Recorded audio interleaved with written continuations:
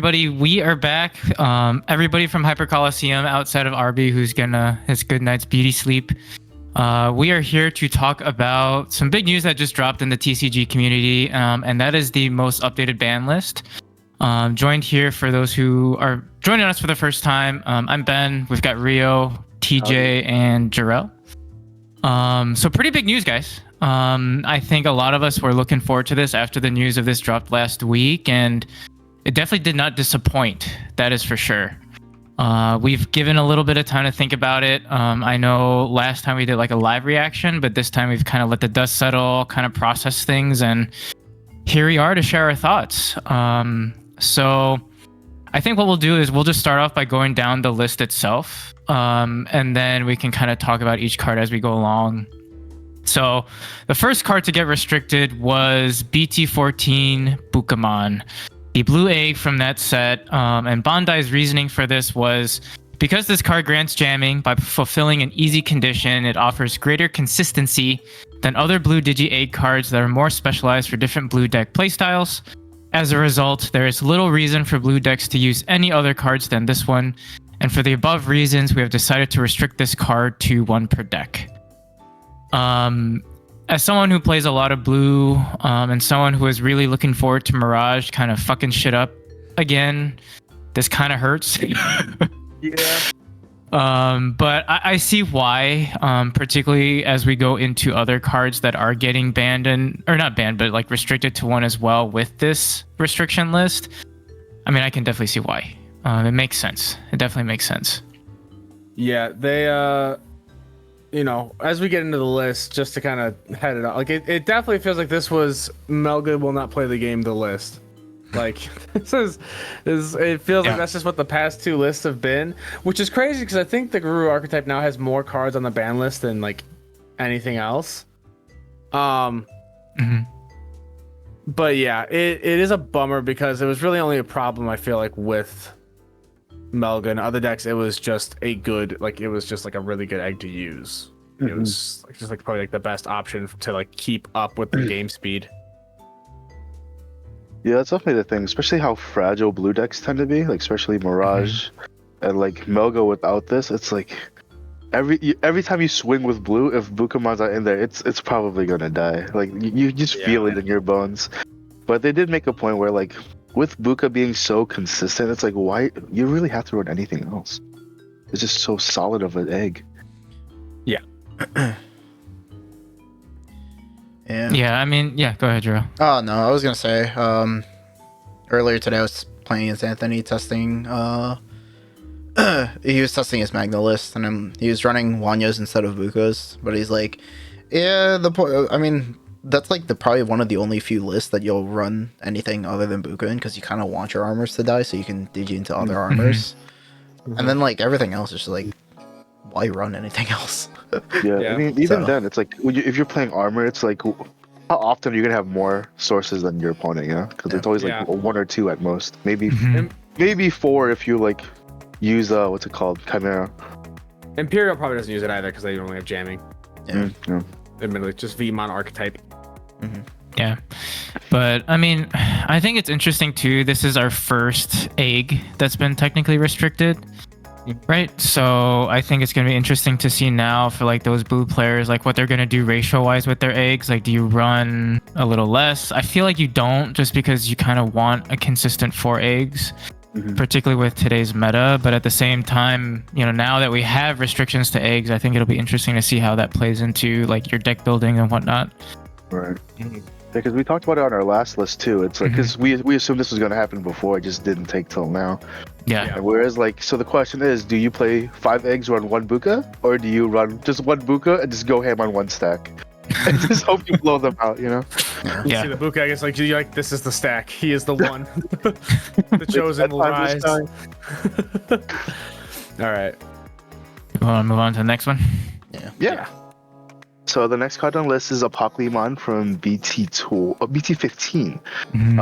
The explanation that Bandai gave us is, if you can send cards with the Dark Master's trait to the trash even once, this card can be played many times easily and for a low cost depending on the number of copies. which combined with cards such as BT13 Craniumon makes it extremely difficult to deal with. In addition, there is no cost to activate the deck trashing effect, and the number of cards trashed at a time is considerable, making it difficult to deal with for decks that can't utilize the trash. So this card limits the number of deck types that can compete in an environment. For the above reasons, we have decided to restrict this card to one per deck. But yeah, I mean, as fun as the whole like trashing your opponent's deck ideas, because like I really want that effect to come to game, man. It's so fun. Yeah. Like every deck I've played in every game that had that effect has been amazing. But I mean, it does make sense. I feel like out of this entire list, for me, in my opinion, Apocalymon hit is like the most understandable one, just for the fact that like it's been running rampant. Like you can easily call it tier 0 if anything in Japan right now. Yeah. I think it's sort of a bummer, right? Because Apocally, like its concept is cool, and like I agree. Like I think mill decks deserve a spot somewhere in the game because I think they're fun in concept when they're, you know, properly like balanced. But Apocally definitely was just like, they went from like the little bit of stuff with like Gulmon and a creepy and the EX3 and EX4 like Gilmon lines and stuff to like, all right, let's just mill out 10 cards a turn. Yeah, just fucking balls to the wall, full throttle. Like it just switched it up so fast.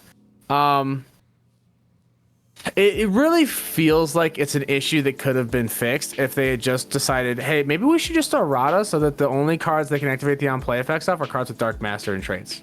Yeah, for sure. Yeah, I agree. I don't know. Analog Youth Gobber. And it's something to be said too. Yeah. Analog Youth. It's something to be said too, though, that this has been like a big topic that I've seen a lot of people talking about, is its sales. BT15, like, even if you weren't gonna play Apocally was still like a money card. It was something that you could get the box for, and you could sell to buy singles with and stuff. Yeah. BT15 is gonna just sell less product, I think, a little bit. Now, maybe not too much, because it's like there's still plenty of other stuff in that box that's good. But Apocally was definitely like the highlight money chase card, especially the alt art. Yeah. Alt arts are beautiful.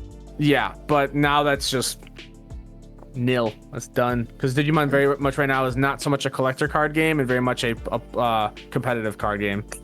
To that point too, though, and we can talk about this a little bit more like after the end of the list too, but I do think overall with this list, Bandai sort of rolled the dice more so on that aspect, that Digimon is more of that competitive game, so they wanted to keep that aspect going as opposed to something or like a meta, particularly one that's EX5 and potentially BT15, where there's two back-to-back metas with decks that are completely just suffocating. That like you really can't play the game if you're playing against it. So I think they're kind of hedging their bets to say, hey, we know that these decks are a problem. We know that they're a bigger problem than like most decks have ever been. Let's focus on trying to keep this game going. Was a thought. I don't know. We'll see how it plays out. No, for sure, yeah.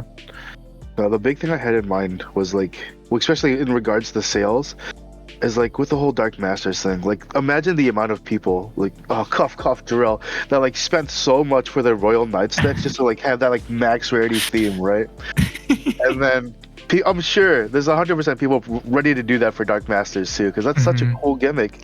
Yeah. And then they're like, oh no, have fun having your one copy. And Dark Masters was such like a desired archetype for so long, because we haven't seen anything for it since BT2. Yeah, True. And True. Like, it was definitely something that was like very, very much like, we can't wait for Dark Masters. We can't wait for Dark Masters. And then Apocally was just this clusterfuck of a balance issue. Yeah. All right, moving on to the next one. Yep. All right, so we're gonna go ahead. We're gonna hit Gabumon X-Antibody and Garurumon X-Antibody, as both of these cards, the ones from EX5, were hit. We're gonna just run through both of them. So for Gabumon, the reason is in a Garurumon deck, this card offers both higher consistency and speed than other cards. In addition, this card's inherited effect grants a protection effect that makes it difficult for the opponent to respond from the beginning of the game. As a result, there is little reason to use other cards because the importance of this one card is so great. For the above reasons, we have decided to restrict this card to one per deck. And I think we could probably just touch on Gabumon really quick. I don't think it needed to get hit. I think the Gabumon X is like, I think that's overreaching with hits on Garuru archetype. I think the card's good. It's definitely cracked as a rookie, considering it's a dual color 3-drop, evos for 0 over a Suno or a Gabu. Reveals 4, grabs 2 cards, and then it's got the inherited protection. It does do a lot for a rookie. However, I don't think it was the problem card in the deck. I think that in a world, or in this world, where they're hitting both Gabu X and Garuru X, it just feels like too much. Like I feel like because I feel like now you've just lost that way of protecting the stack once per turn, because it was already limited to being a once per turn effect. So I think that if you were going to hit Garuru X, there was no reason to hit Gabu X, because you're already limiting the protection. And he's, at the end of the day, he's a searcher, which can admittedly whiff plenty in that deck still, because he doesn't grab tamers. Yeah. So I don't know. To me, it feels like it was maybe a bit too much. But anyways, I don't know. Does anyone else have any sort of hot opinion on that, real quick? No, It did my boy dirty. Yeah. No, I 100% agree. Especially when we play like Agumon.deck game. It's like we have plenty of Agumons that search top.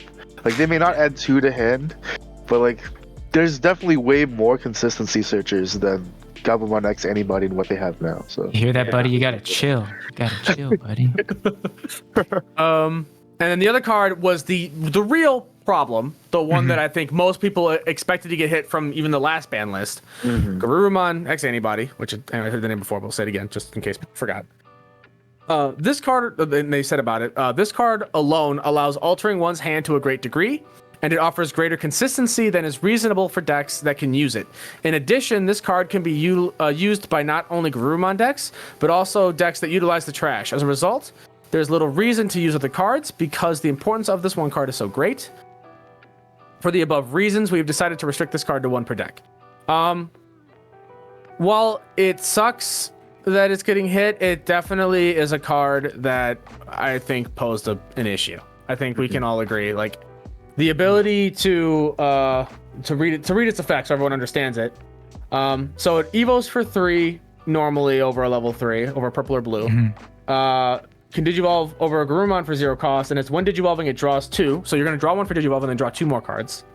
And then you'll trash 2 cards in your hand, and if you have Garurumon or X-Antibody in your sources, you'll gain a memory. So he's going to be a 2-cost Evo if you have X-Antibody in there, or he's going to just gain you a memory if you're over a Garuru.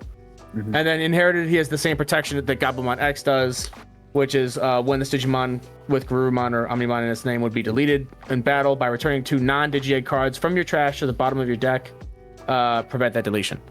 Which was once per turn, so they had some sort of like funnel on it, right? But not nearly enough with how much advantage it gains you just evoing into that thing. Because if you stack that thing with Cool Boys, it's wild. you're getting so much memory, you're drawing so many cards, you're stacking up your trash to activate your protection effect. It gets crazy. Yeah.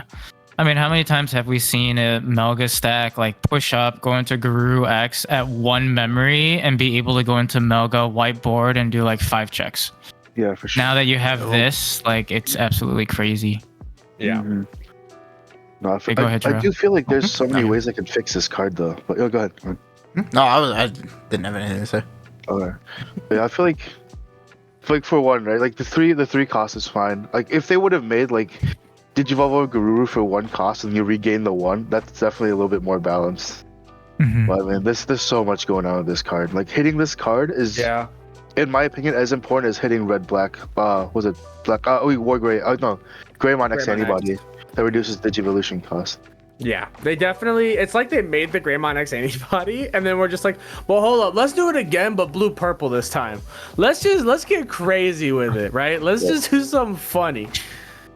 Yeah, it's literally copying the other card's homework, but changing it a little bit. It's wild. What do you mean? Your level 4 lineup is in 4 scatter mode in 4 of this? Oh man. Well, and the thing is too is that the Garuru engine with these cards just became so powerful for every deck, right? Well, for almost every deck. Obviously, certain decks like Anubis will still focus more on dark animal stuff.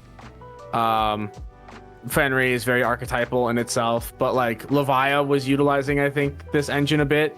Yep. Just for speed and stuff. And then I mean, Apocalymon was abusing it. Yeah. That's the other crazy thing to me too, is that this card was namely a problem not even in Melga, because Melga was doing okay, but it wasn't like doing crazy better than any other deck. Yeah. It was doing good, but it wasn't like tier 0.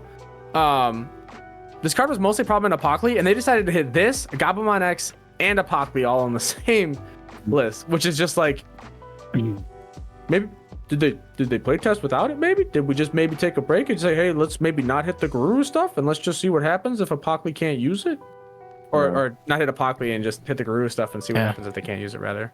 Yeah. They had to go ahead and spank my girl Beelstar for no reason. They fucking yeah. Just This literally lost me all hope of playing Beelstar. So rough. It was already dwindling when they hit the purple Gabus and then these. Oh, but yeah, I think that's it. If we want to move on to the next card, Jarrell. Yeah. So last card on the list is Anubismon, also hit to 1. Alright, so Bandai's reasoning is this card has high board retention and control due to its continuous player removal effects, which greatly improves the consistency and speed of the deck when combined with several other existing cards. There are very few deck types that can handle this speed, and currently this card reduces the space for choosing other deck themes with similar board expansion effects, limiting the diversity of decks you can use. For the above reasons, we have decided to restrict this card to 1 per deck. Thoughts? Prayers? Sag. Yeah. Big Sag. We finally get a cool, good Anubis, and he just gets back. Especially when, the other thing that sucks about this too is we literally just got support revealed for him in BT16. Right. We literally just got the other the Dobromon and Cerberusmon that are designed to work with the Dober X and Cerberus X that comes out with this set. I was ready to go with my alt Mervas, you know. It is. You're the problem, Ben. I hope you know this. People like you. You did this to us. Well, I mean, to be fair though, I mean, like, jokes aside, I was looking forward to this deck, but I see, you know, it's very similar to the Guru engine where, like, this deck, if you can get into Anubis, which, I mean, with all the crap with trainings and boosts and search that you have, it's very, very easy to get into this, like, turn, like, 3 or 4, and by that time, you're just, you know, and then the game's over, pretty much, you know? The game's so fast now. And I mean, we talk about Guru and Apocalymon being suffocating. This is not suffocating as much compared to those two, in my opinion. But the potential for it to do OTK fast things to like the point where it's a bit too much is definitely there. You know, being able to spit out your Mervas, being able to spit out Death X for a crazy reduced cost with Anubis, also with how decks tend to wideboard, like in the mirror or like Commandra, stuff like that. Like, it's just a very, very powerful mechanic. Purple has ways to recur it, so if it does find itself in the trash, I mean, you can scheme your way into bringing it back. You know, you have to work for it now that it's at a 1 of, but I think both hits with the Guru engine and the Anubis engine do a good job at just slowing the decks down enough, I think, where they're still, like, playable. Like, I don't think they're unplayable anymore, but they're playable to a point where there's that interaction again, and people don't feel like it's like a, well, shit, if I high roll and gamble, I win by turn 3. I really want to see how this deck does before we get Apocalymon, just during EX5, because Anubis did pretty good in JP. But I'm wondering, because of how English tends to kind of switch up with how they play the meta, it makes me curious about how good this is actually going to do. Because while I do think the card is very good, especially when paired with Merva, I could see it coming off of the restricted list down the line, depending on where the game goes. I mean, it's basically like a purple Merva rush on steroids. Like, it plays in the exact same way, and we know how that deck did here. Like, it was a fun deck to play. It snuck in every now and then in like ulti cups and like maybe a regional or two, but I mean, it still suffered from consistency, finding your pieces. Like, you still needed stuff in the trash, but took time to set up, and sometimes if you weren't doing that, then you're kind of stuck in water. And a lot of these JP decks, if you look at their deck lists and their builds, like, it's very similar. It's very option heavy. It's very search heavy, and sometimes if you're gummed up with all those pieces, well then like you're still not gonna be able to do what you want to do. Because you can get into Anubis, but if your trash isn't set up, you can't do what you want to do. So I think it's interesting. We'll see. What? Because I haven't been paying attention to any of the future cards. Why the fuck is this a main phase effect? just an at will trash 3 cards, Haha, funny. I think that's part of what made it so broken is the fact that it didn't have just one explosive turn. It was the fact that it could consistently do it on following turns once per turn. Right. My other effect. Yeah. Mm-hmm. My other thought was just a funny thought. It's just they should have brought back the twice per turn for the second effect. Twice per turn exists. It exists on. I was looking at it just earlier. It exists on 2 different cards. BT1 Cerberus. Wait, really? Yeah, really? And BT1 Hercules Kabuterimon both have twice per turn effects. I didn't realize. And we thought Bandai couldn't count to 2. Nah, that was just a funny side thought. It's like they could have done a twice per turn on that second effect, and maybe it could have been fine. But I was like, why the fuck is this a main phase effect? Yeah, it is weird. So Yeah, but I mean, I think you hit it on the head, DJ, right? It's just like, that's what these like rush decks were missing. And now you have that opportunity to just set up your trash regardless of what, like a consistent way to just like build your trash up.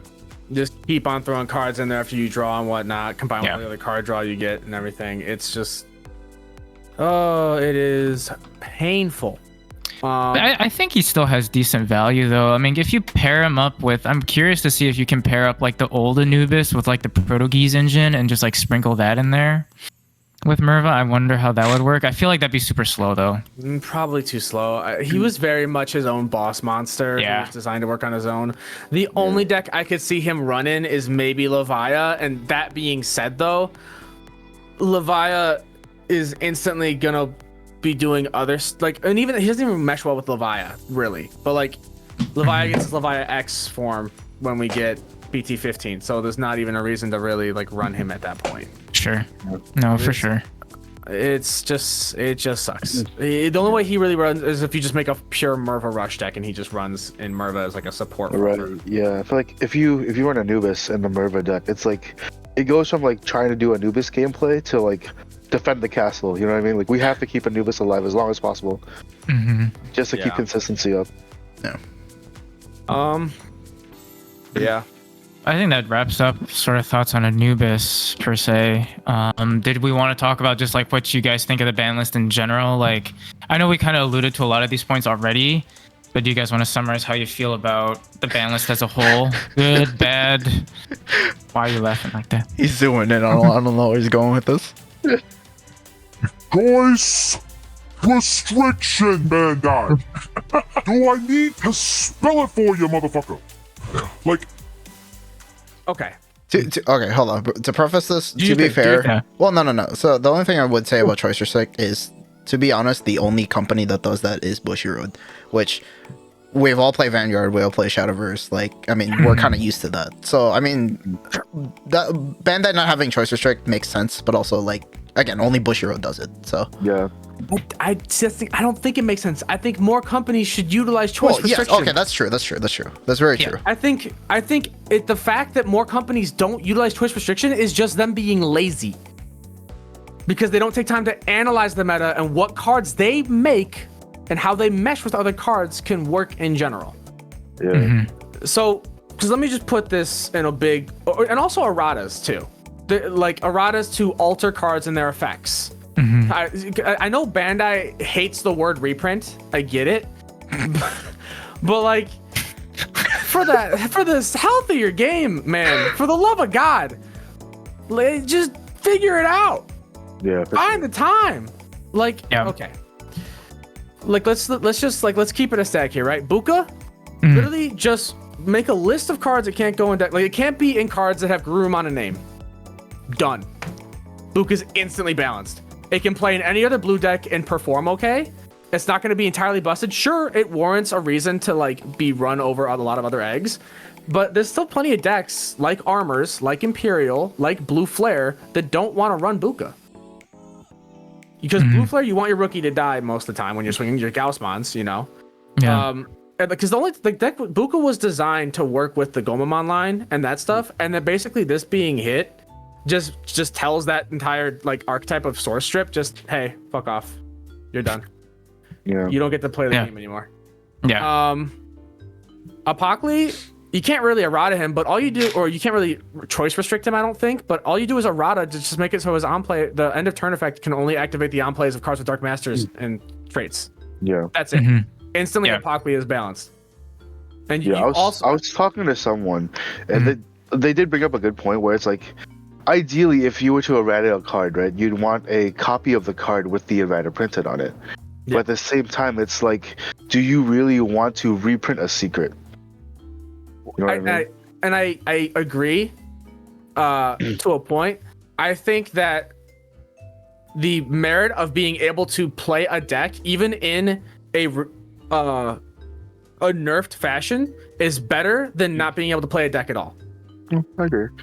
Yeah, I mean, because the EX1 machine was reprinted in the revision pack, and that still kind of holds its value, at least like the normal shiny one.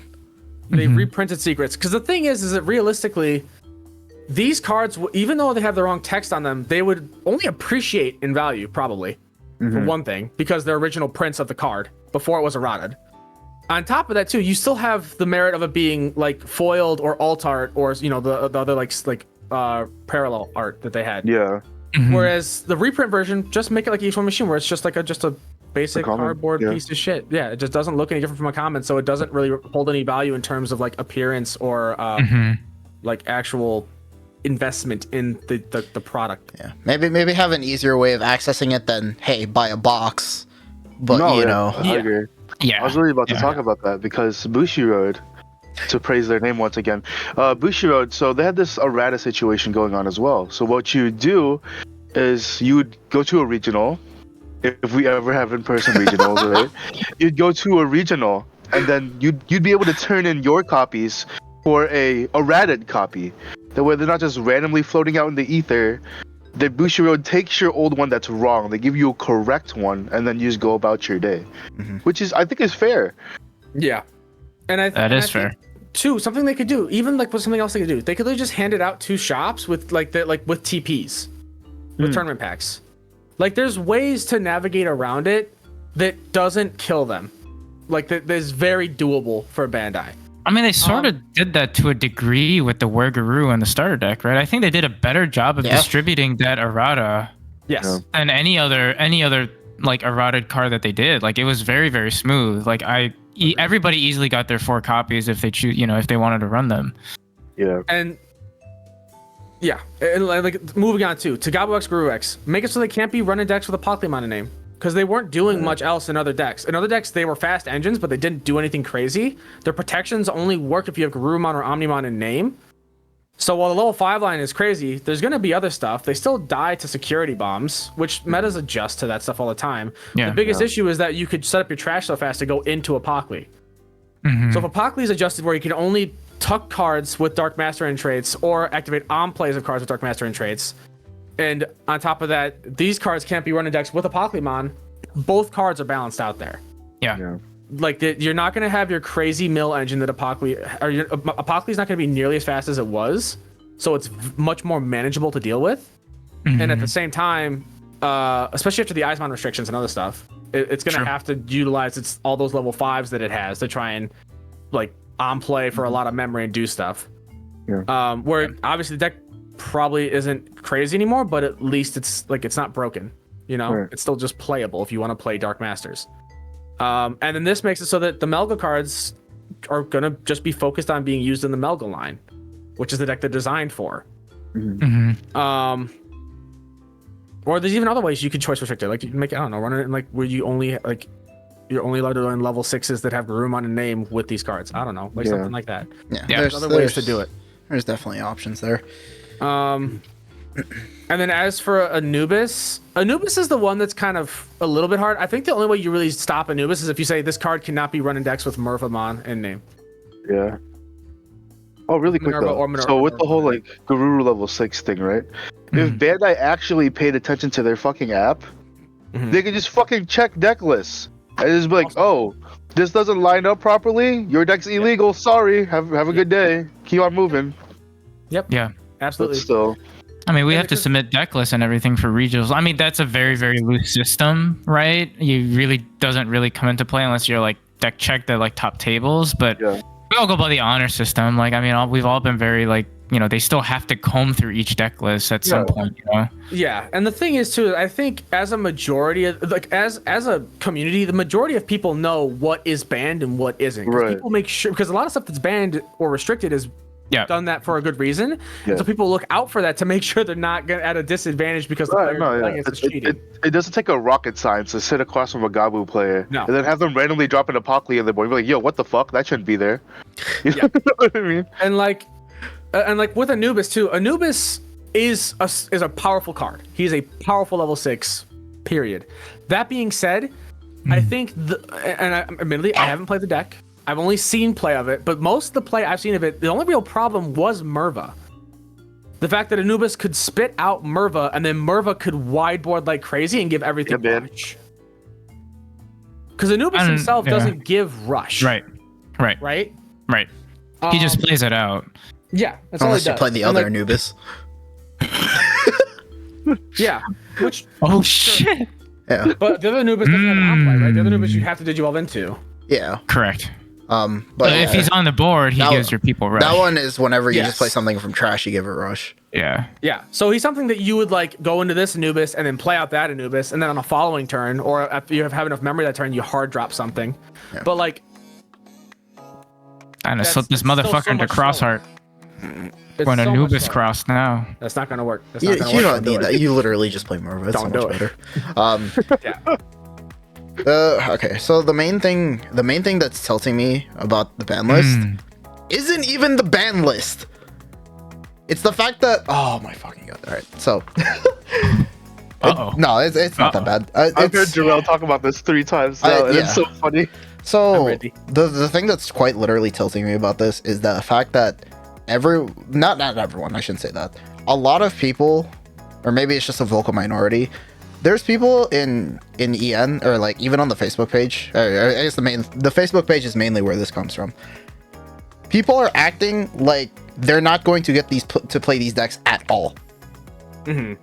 Yeah. You have EX5 comes out literally the weekend or the week or two before Nats. EX5 is going to be at full power at Nats.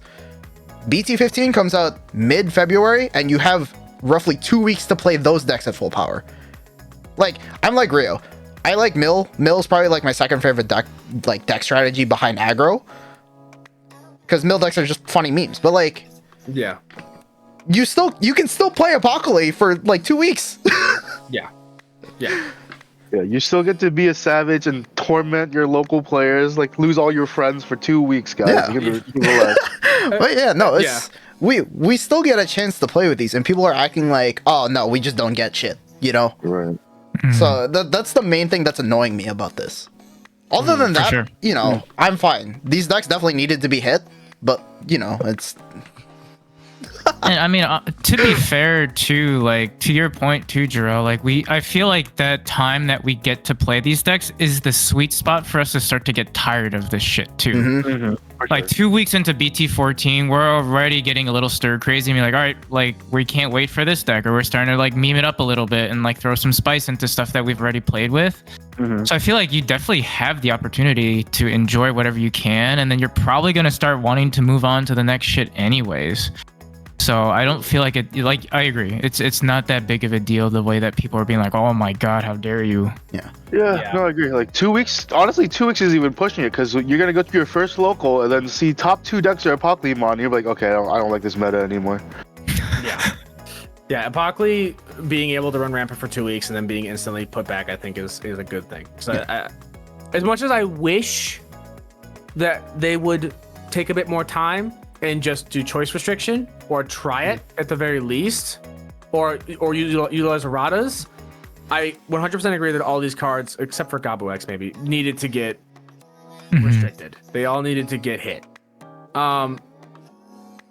and yeah, it is definitely. I hope it's just a loud minority, because if majority of the community is complaining about this, you're goofing, bro. Yeah. You Like- guys are acting spoiled. You have 2 months. You have 2 months of EX5 Yeah. actively that you're gonna be able to mess around with full power Anubis and full power Melga. And then Apocalymon, you'll have 2 weeks, and you won't want more than that. Like what Rio was saying. And I mean, I think too, also like we've kind of like ragged on their decision making a little bit or a lot in this video, which I think is warranted to some degree. But at the end of the day too, I mean, I think Bandai did turn like I don't want to say a new leaf, but they did listen to the community. I think they're trying to act in the best interest of the community. Like you said, there's a compromise of, okay, like Nats, which is arguably supposed to be the biggest event of the competitive season thus far, it's at full power. Like, there are no restrictions in play. You can enjoy the set for what you want to enjoy it with. Play whatever we want to play, even though it may be a fuck ton of Melga and a fuck ton of Anubis, but fine, whatever. You can still play it. And same thing with BT15, you have that time period to use it. And, they did write out that producer's letter, I think also to save face, right? I think they knew that there's going to be a lot of clapback and a lot of like uproar about this. But like, I think it also like reflects well on them to say, hey, like we did mess up. We realized that. We're going to kind of take proactive action to say, hey, like let's correct this, and let's not try to like beat around the bush and try to find like a sneaky way to like fix it halfway. They're just gonna say, look, this was a problem, we messed up, we own up to it, we're gonna do it. That one Reddit post that Goldie posted in our Discord, like they literally said the dev letter, hey, yeah, this kind of got out of hand, we know. So yeah no, because like even then, like they at least they're showing that they're thinking about it, right? Because like we could go the same route as One Piece, have them ban cards, right? And then be like, oh, my bad, week later. Forget we did that. Sorry. Take these 7 cards back off the list. It's fine. Give me my 9 beard back. Give me my 9 back. Oh, my lord. And I would rather have them like stick to their word and explain their reasoning and throw cards on the list for a week and be like, oh, my bad. Just ignore that happened. Yeah. Agreed. But yeah, I mean, I think any other closing thoughts from you guys? No. No. I mean, I think we said just about everything. Yeah. Hopefully, like as much as it does suck, because I was expecting like 1 card, but like having a slew of stuff thrown at us is pretty wild. But in the end of the day, I am glad they're listening and like trying to understand their community. Yeah. I woke up at like 4:15 to get ready for work, and then I saw that this was posted on Reddit, and I was like, oh, and I like pretty sure I woke Hillary up. She's like, what the hell are you doing right now? No, yeah, because I woke up later, and then I just saw our chats blowing up. Like, what happened? And then I saw RB talking about it. I'm like, so it's not just 1 card? And I opened up my phone, like, oh lord. Yeah. But yeah, I mean, I think a lot of our sentiments too mirror. I posted a poll on the channel earlier, like asking sort of what our community was thinking, and I think a lot of our thoughts align with that. In that, yes, it does kind of suck for people who are looking forward to the deck, but it was sort of an expected and warranted hit to those cards. So thank you guys who responded. We appreciate the interaction. We'll try to get back to your comments as soon as we can. And hopefully you guys, you enjoy the video, and, if you have any other discussion points that you want to contribute to, or any kind of thoughts that you want to drop, please feel free to leave them in the comment section down below. We do enjoy kind of shooting the shit with you guys and kind of bouncing ideas off of each other. So always welcome. And yeah, thank you for tuning in. These are our thoughts, and we'll catch you on the flippy flip. Yeah, Bye-bye.